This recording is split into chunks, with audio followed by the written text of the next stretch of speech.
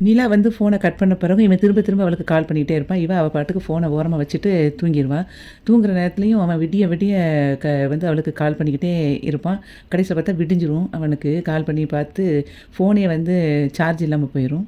அதுக்கப்புறம் வந்து இங்க நடேசன் வந்து பல் விளக்கிக்கிட்டு இருப்பாரு. அப்போ வந்து வானதியோட அப்பா அங்கருந்து வந்துட்டு, "வீட்ல யார் இருக்கா?" அப்படின்னு சொல்லி கேட்பாரு. அப்போ வந்து நடேசன் சொல்லுவாரு, "ஏன் எங்கள பார்த்தா ஆள் மாரி தெரியலையா?" அப்படின்னு கேட்கும்போது, "நான் வந்து உங்க வீட்ல உள்ள பிள்ளைகள கேட்டுட்டுருக்கேன். அவங்கள வர சொல்லுங்க வெளிய." அப்படின்னு சொன்ன உடனே, அவரு யாரு சேரன் அங்கருந்து வருவான். சேரன் வந்து சொல்லுவான், "என்னென்ன விஷயம்?" அப்படின்னு சொல்லி கேட்பான். "உன் தம்பி எதுக்கு என் பொண்ணுகிட்ட பேசிட்டு இருக்கான்?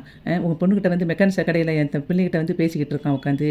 அவன் வந்து இவன் பேச போய் தானே என் பொண்ணு வந்து அங்க மெக்கானிக் கடைக்கு வாரா." அப்படின்னு சொல்லிட்டு திட்டிக்கிட்டு இருப்பான். அப்போ அந்த சமயத்தில வந்து பாண்டி வந்து பயங்கர கோவத்தில வந்து திட்டுறதுக்கு வந்து வெளிய வரப்போவான். அப்போ பல்லவன் வந்து பிடிச்சுட்டு, "அண்ணன் தான் பேசிட்டு இருக்குல்ல, நீங்க சும்மா இருண்ணே" அப்படின்னு சொல்லிட்டு சொல்லிருவான்.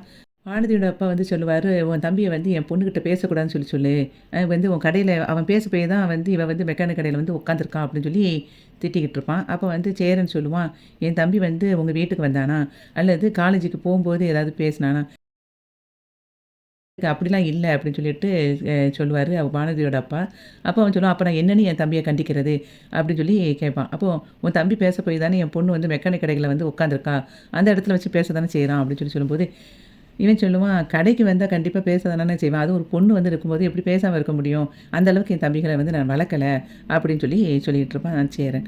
உடனே இவன் சொல்லுவான் பாண்டி, "ஏன்னா நான் ஒண்ணும் அவன் பொண்ணுகிட்டலாம் பேசுறதே கிடையாது. அவ தான் வந்து வந்து பேசிட்டு இருக்கா" அப்படின்னு சொல்லுவான் பாண்டி.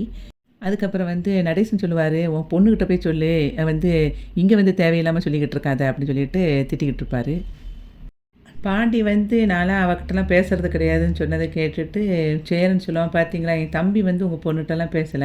அதனால உங்க பொண்ண வந்து முதல்ல கண்டிச்சு வைங்க" அப்படின்னு சொல்லி சொல்லுவாரு. அப்போ வந்து அதுக்கப்புறம் சொல்லுவான், "நீங்க உங்க பொண்ணுகிட்ட அடிக்காம, திட்டாம கொஞ்சம் பார்த்து பேசி கண்டிச்சு வைங்க" அப்படின்னு சொல்லி சொல்லும்போது, அவங்க வானதியோட அப்பா சொல்லுவாரு, "என் பொண்ணுகிட்ட எப்படி எனக்கு பேசணும்னு நீ கிளாஸ் எடுக்காத. உன் தம்பிய வந்து முதல்ல கண்டிச்சு வை. பிறகு நடக்கிறதே வேற" அப்படின்னு சொல்லிட்டு அவரு ஏறி ஆட்டோல போயிருவாரு.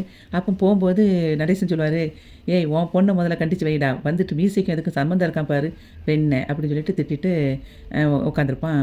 அதுக்கப்புறம் அவங்க அப்பா போன உடனே உள்ள வந்து வீட்டுக்குள்ள சேரன் வருவான். அப்போ பாண்டி சொல்லுவான், "நான்லாம் அந்த பொண்ணுகிட்ட பேசுறதே கிடையாதுண்ணா" அப்படின்னு சொல்லும்போது, "தெரியும்டா எனக்கு. அந்த பொண்ணா தேடி தேடி உன்ட்ட வந்து பேசிட்டு இருக்கு. பாவம் நீ என்ன பண்ணுவ?" அப்படி சொல்லும்போது, "நீ அத பத்தி கண்டுக்காத. வா உனக்கு தோசை ஊத்துறேன். நீ சாப்பிட வா" அப்படின்னு சொல்லிட்டு அவன் பாட்டுக்கு உள்ள போயிருவான். அப்போ வந்து இவன் பல்லவன் சொல்லுவான், "பாத்தியா நம்மளுக்கு எப்படிப்பட்ட அண்ணன்" அப்படின்ட்டு. ஊர்ல உள்ள பொண்ணுங்களுக்கெல்லாம் நம்மள வந்து பிடிக்குது. அவங்க அப்பன்மார்களுக்கு தான் நம்ம வீட வந்து பிடிக்க மாட்டேங்குது. இப்போ வந்து பேசிட்டு போறது உங்க வருங்கால மாமனாரு. "பாத்தியா எப்படி இருக்கு நிலைமை" அப்படின்னு சொல்லிட்டு, "ஸோ சேட்" அப்படின்னு சொல்லி பேசுவான் பல்லவன். அப்ப "ஏடா சும்மா இருடா" அப்படின்னு சொல்லிட்டு பாண்டி சொல்லிட்டு இருப்பான்.